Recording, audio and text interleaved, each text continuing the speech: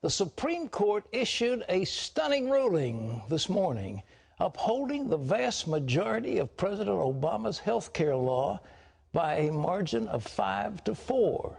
And among the ones of the majority writing the decision, Chief Justice Roberts. Both Republicans and Democrats were surprised by the ruling. President Obama and Mitt Romney both spoke out about the decision.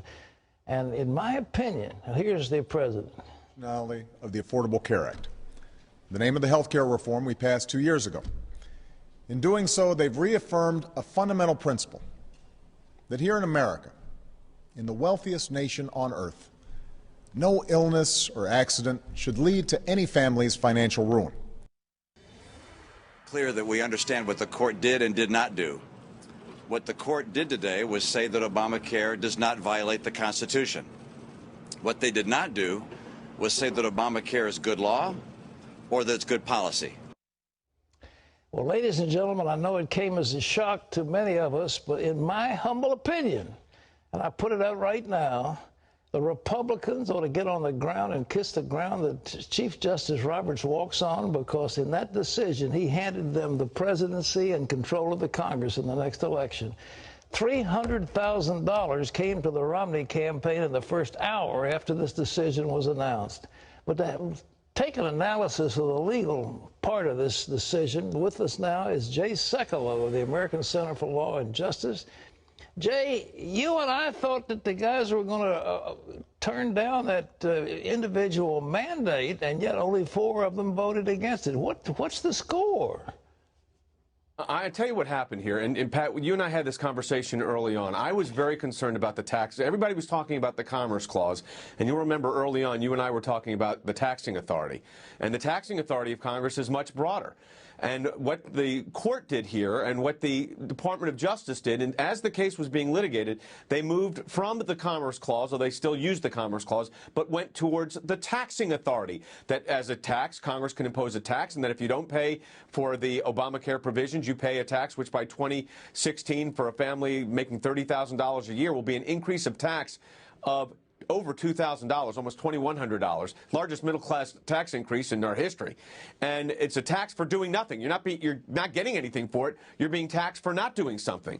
But what John Roberts found was the Commerce Clause did not give authority to the president, but the taxing power did. Now, Justice Kennedy, Justice Scalia, Justice Thomas, and Alito thought that the taxing authority was not implicated here because, in fact, President Obama said this was not a tax. He publicly said this was not a tax. He was asked that by George Stephanopoulos because some people were already saying it was a tax, us included, and he said, no, no, no, it's not a tax. And, of course, now it's a tax, and that's the only reason Obamacare was held constitutional, but it is constitutional under that taxing authority analysis. But, Pat, you hit a key thing on the politics of this. Yeah. There was a fellow named Machiavelli, you remember, in Florence, and he wrote a book called The Prince about how you did sleight of hand. Do you suppose Roberts has a little Machiavellian in him? I mean, this thing's going to throw the election to the Republicans without question. No, I think what John Roberts did here, John Roberts calls him as he sees it. And he denied and found that there was no Commerce Clause authority, which is a primary argument of the government. And he said it doesn't fit under the Commerce Clause. But he then said, where I disagree with John Roberts on this, was he said it fits under the taxing authority. Now, I find it difficult to make this a tax, although I was concerned about it, because the government has denied it was a tax, or the president denied it was a tax, certainly. So I don't think John Roberts was necessarily looking at the political calculations at all. I think at the end of the day, he calls balls and strikes. Sometimes you don't agree with the umpire, and this is a case where I don't agree with the umpire. But I think you're absolutely correct on the political ramifications of this. You mentioned Mitt Romney. Governor Romney's raised, I think it was probably $1 million by the end of today after this. Mitt Romney made a great statement where he said the Supreme Court held the law was constitutional, but they did not say it was a good law. Obamacare is a bad policy. It's a tax on the middle class, and it needs to go. And as you said, Pat, the only way it goes is if they get rid of it through the Senate and the House, and you get a president that's willing to push that forward. So I think in that sense, it helps Romney a lot. Roberts' rhetoric, though, in this, I don't know if you call it obiter or what it is, but nevertheless, to call this thing a tax, at this point, the attack has been made against Romney that he wanted to raise taxes in Massachusetts on everybody. This is a tax on everybody, and Obama's got nowhere to hide.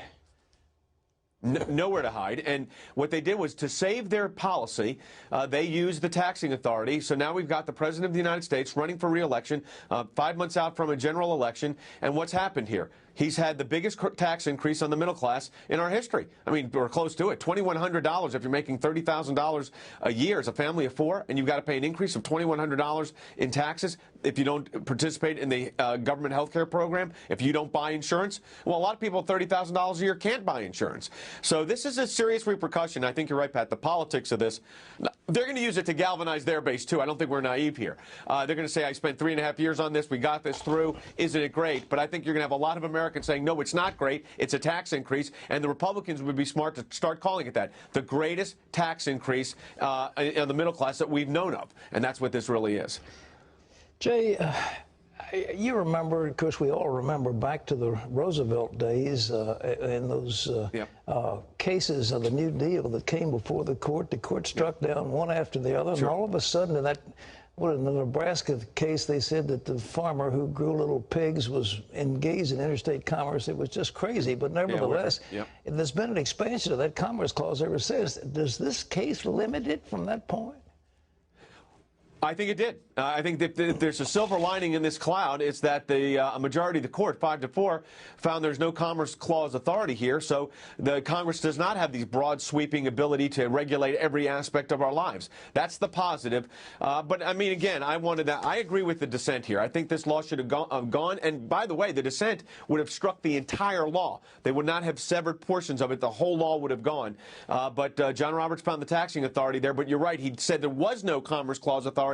And 5 justices agree no Commerce Clause authority, and that is significant for future cases involving government overreach. But again, this is still a pretty big government intrusion into our life, and it's going to reorder medicine in the United States, and the ramifications of that, I mean, we'll start looking a lot like Great Britain, and you don't see a lot of Americans going over to Great Britain for medical care, but you sure see a lot of Brits coming to the United States. Somebody said to me about this, they said the progressives have been trying to get this in since the 30s, and they finally succeeded, but maybe not for long. What do you think? I think that's right. I think the politics of this now makes the health care issue, the Obamacare issue, is the #1 issue in this presidential election. And you've got one candidate that authored the bill. That is, of course, the President of the United States. You've got another candidate that says he would, on the first day of office, do everything he could to get rid of the bill. That's Governor Romney. And I think the reality is that this makes this a huge political issue. It doesn't go away. I don't think you're going to see this pile on John Roberts, because on the taxing authority issue, it was, like I said, I agree with the dissent. He was playing umpire, as I said. I think the real pile-on, if you will, is the political pile-on, and that's going to be on both sides. It'll be very interesting in the next few days to see how that plays out. But, Pat, you've said this so many times. American people have a short memory. What's going to happen? We're going into the holiday weekend, or the holiday week.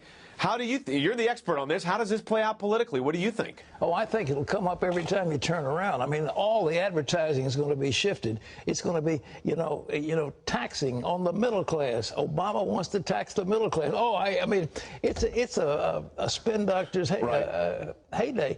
There's no more legal challenge to any of this, is there? There's not. I'll tell you what legal challenges do remain, and that is the mandate, the HHS mandate, which emanates out of the Obamacare bill. Those, and we're challenging those, have been filed as separate lawsuits. Those lawsuits continue at the district courts. That the mandates that were put forward, that the Catholic Church was objecting to, that a lot of American business owners were objecting to, those will continue. But the direct challenges to the health care law, there were a few cases pending at the Supreme Court, including one of ours. Those cases, I suspect, will be this afternoon denied. Well, now, there was another thing. Certiorari will be denied. It talked about the 10th Amendment and the states. Yep. I understand that they carved out for the states. If the states don't want to comply with some of this, they don't have to? Right. The cost of some of the Medicaid Yeah, the extension of the Medicaid, the majority of the court, Justice Roberts' opinion, felt like it was intruding on the state's sovereignty and their ability to determine the best way to deploy funds at their disposal. So, again, it was a narrowing back of it. It did not strike that Medicaid expansion provision down. It narrowed it as far as what the federal government can do as compared to what the state could do. I said that if John Roberts was writing the opinion, it was going to be narrower in scope and would be finessed because John Roberts is a great lawyer. Like I said, I disagree with him on this. He did this exactly as an umpire. I think that he called it a strike. I would have called it a ball. And I think as the 4 dissenting justices did. But at the end of the day, it is right back at the political level where it's going to be as you said correctly, it's going to be the issue over the next 5 months. There's no doubt about it. You're going to hear a lot of this on both sides at the convention. Sure. You're going to see it. So there it is. Jay, thank you very much. Jay Sekulow, the American Center for Law and Justice, ladies and gentlemen. And you watch this now. You watch the commercials going to be cut. You watch the rhetoric. They'll probably take a breather during the 4th of July holiday, and then from then on, the guns are out and the war is on. And 60% of the American people don't like the mandate. They think it's unconstitutional. I mean, on and on and on. So it's going to be extraordinary.